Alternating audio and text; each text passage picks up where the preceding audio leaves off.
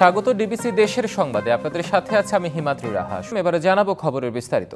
কুয়াশায় ঢাকা পড়েছে দেশের অধিকাংশ অঞ্চল, সেই সঙ্গে হিমেল বাতাসে বেড়েছে শীতের তীব্রতা। দেশের সর্বনিম্ন তাপমাত্রার রেকর্ড করা হয়েছে চুয়াডাঙ্গায় 9.8 ডিগ্রি সেলসিয়াস। আগামী কয়েকদিন শীত আরও বাড়বে বলে আভাস দিয়েছে আবহাওয়া অফিস। মেঘাচ্ছন্ন ঘোলাটে চারপাশ, সাথে কনকনে ঠান্ডা বাতাস। কুয়াশার চাদর ভেদ করে উঁকি দিতে পারেনি সূর্য। কমেছে দিন ও রাতের তাপমাত্রা, সঙ্গে হিমেল হাওয়া বাড়িয়েছে শীতের অনুভূতি। বৃহস্পতিবার সকালে দেশের সর্বনিম্ন তাপমাত্রা 9.8 ডিগ্রি সেলসিয়াস রেকর্ড করা হয়েছে চুয়াডাঙ্গায়। শীতের দাপটে দুর্ভোগ বেড়েছে সাধারণ মানুষের। গরু ছাড়ার জন্য ঘাস করা যায় না, ঠান্ডার কারণে বাইরে যাব, বাইরে যাওয়ার সুযোগটা পাওয়া যায় না। যাই যা বসে থাকি, বসে থাকতে রান্না করে ভাড়া পাই, পাইতে হতে দাম বাড়ে না, ঘুরিয়ে আসি। উত্তরের জেলা দিনাজপুরে 10.2 ডিগ্রি সেলসিয়াস রেকর্ড করা হয়েছে। শীতে ডায়রিয়া, শ্বাসকষ্ট, শীতজনিত নানা রোগে আক্রান্ত হচ্ছে বয়স্ক ও শিশুরা। বাইরে তো বের হয়ে যায় না, এত শৈত্যপ্রবাহ 2 দিন মারাত্মক লেভেলের বলা যায়। এখন পর্যন্ত আমরা কোনো কম্বল পাইনি, এই ঠান্ডা কিভাবে থাকবো। পঞ্চগড়ে সকালে সর্বনিম্ন তাপমাত্রা রেকর্ড হয়েছে 11.3 ডিগ্রি সেলসিয়াস। ঘন কুয়াশায় হেডলাইট জ্বালিয়ে চলাচল করেছে যানবাহন। এদিকে কুড়িগ্রামে সর্বনিম্ন তাপমাত্রা রেকর্ড করা হয়েছে 11.3 ডিগ্রি সেলসিয়াস। কনকনে ঠান্ডায় সবজি ক্ষেত সহ বিভিন্ন ফসলের মাঠে কাজ করতে বিপাকে পড়েছেন চাষিরা। শুক্রবার শনিবার বঙ্গোপসাগরে আরেকটি লঘুচাপের পূর্বাভাস রয়েছে। এর প্রভাবে সারা দেশে শীতের তীব্রতা বাড়ার কথা বলছে আবহাওয়া office. Arghamitra Tarafdar, DBC news desk. আলটিমেটামের মধ্যে রাজশাহী বিশ্ববিদ্যালয়ে পোষ্য কোটা বাতিল না করায় প্রশাসনিক ভবনে তালা দিয়ে বিক্ষোভ করেছেন শিক্ষার্থীরা। সকাল 10টা থেকে সৈয়দ নজরুল ইসলাম প্রশাসনিক ভবনে তালা দিয়ে অবস্থান কর্মসূচি পালন করছেন তারা।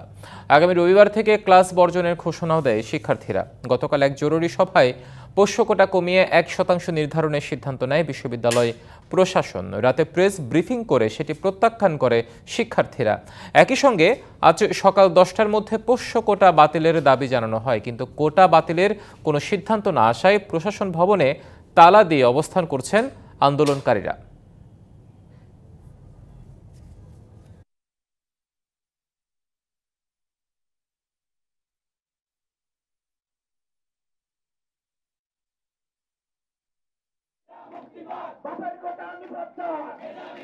রাষ্ট্রদ্রোহ মামলায় গ্রেপ্তার সম্মিলিত সনাতনী জাগরণ জোটের মুখপাত্র চিন্ময় কৃষ্ণ দাস ব্রহ্মচারীর জামিন নামঞ্জুর করেছে আদালত। মহানগর দায়রা জজ সাইফুল ইসলামের আদালতে শুনানি শেষে এই আদেশ দেওয়া হয়।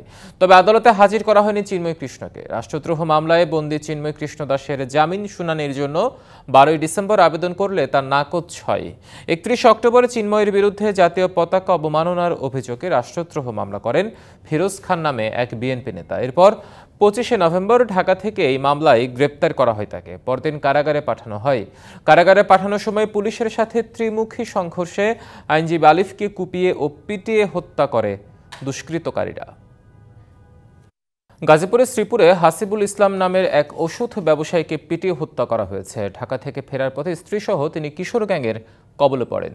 হামলায় আহত হন নিহতের স্ত্রী মাহমুদা আক্তার, শ্যালকের স্ত্রী সালমা আক্তার, শ্যালক হানিফ ও চালক জাহিদুল ইসলাম শিমুল। এই ঘটনায় অন্তর ও রোমান নামে দুজনকে আটক করেছে পুলিশ। পুলিশ জানায় বুধবার স্ত্রীকে নিয়ে ঢাকায় বেড়াতে যান ওই ব্যবসায়ী।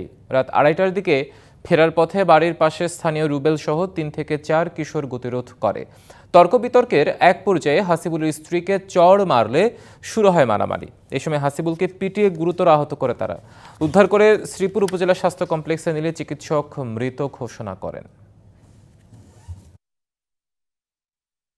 অবাধ এবং নিরপেক্ষ নির্বাচনে যতটুকু সংস্কার প্রয়োজন তা শেষ করে দ্রুত নির্বাচন দিতে সরকারের প্রতি আহ্বান জানিয়েছেন বিএনপির vice chairman advocate Ahmed Azam Khan. দুপুরে লক্ষ্মীপুর জেলা বিএনপির আহ্বায়ক ও কেন্দ্রীয় যুগ্ম মহাসচিব শহীদুদ্দিন চৌধুরী এনির বাসভবনে সাংবাদিকদের সাথে মতবিনিময়ে তিনি বলেন, সংস্কার একটি চলমান প্রক্রিয়া, এটা শেষ হবে আরেকটা শুরু হবে।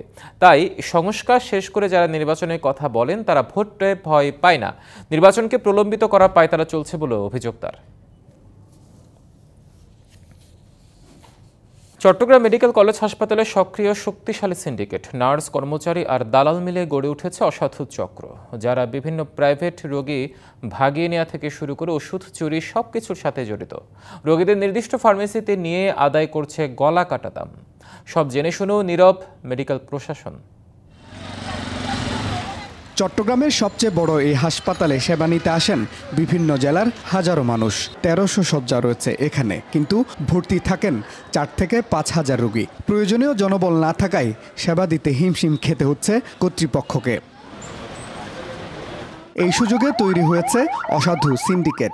বিভিন্ন নিয়মের অভিযোগে গেল বছর মেডিসিন ওয়ার্ডে অভিযান চালায় দুর্নীতি দমন কমিশন। বরাদ্দ ও সরবরাহ থাকলেও রোগীকে ওষুধ না দিয়ে তা পাচার করা হয়, এমন অভিযোগে ওয়ার্ড ইনচার্জ ও সিনিয়র স্টাফ নার্সের বিরুদ্ধে শাস্তির সুপারিশ করে দুদক। কিন্তু কর্তৃপক্ষ কোনো ব্যবস্থা না নিয়ে দুজনকে বদলি করে অন্য ওয়ার্ডে।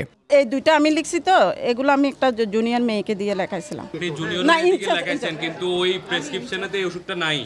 ওষুধ চুরি, রোগী ভাগিয়ে নেওয়া সহ বিভিন্ন অভিযোগ নার্স, আউটসোর্সিং কর্মচারীদের একটি অংশের বিরুদ্ধে। আর মেডিকেলের আশেপাশের অর্ধশত ফার্মেসির শতাধিক দালাল রোগীদের নির্দিষ্ট ফার্মেসিতে নিয়ে আদায় করছে বাড়তি দাম। কিছু দালাল আমাদের ভিতর থেকে বাইরে নিয়ে যায়, বলছে এখানে আসো, মেডিসিনের মূল্য কম পাবে। দেখা যায় কি মেডিসিন নিতে গেলে আমাদের জন্য প্রথমে 1200 টাকা 1000 টাকা নিয়ে ফেলে।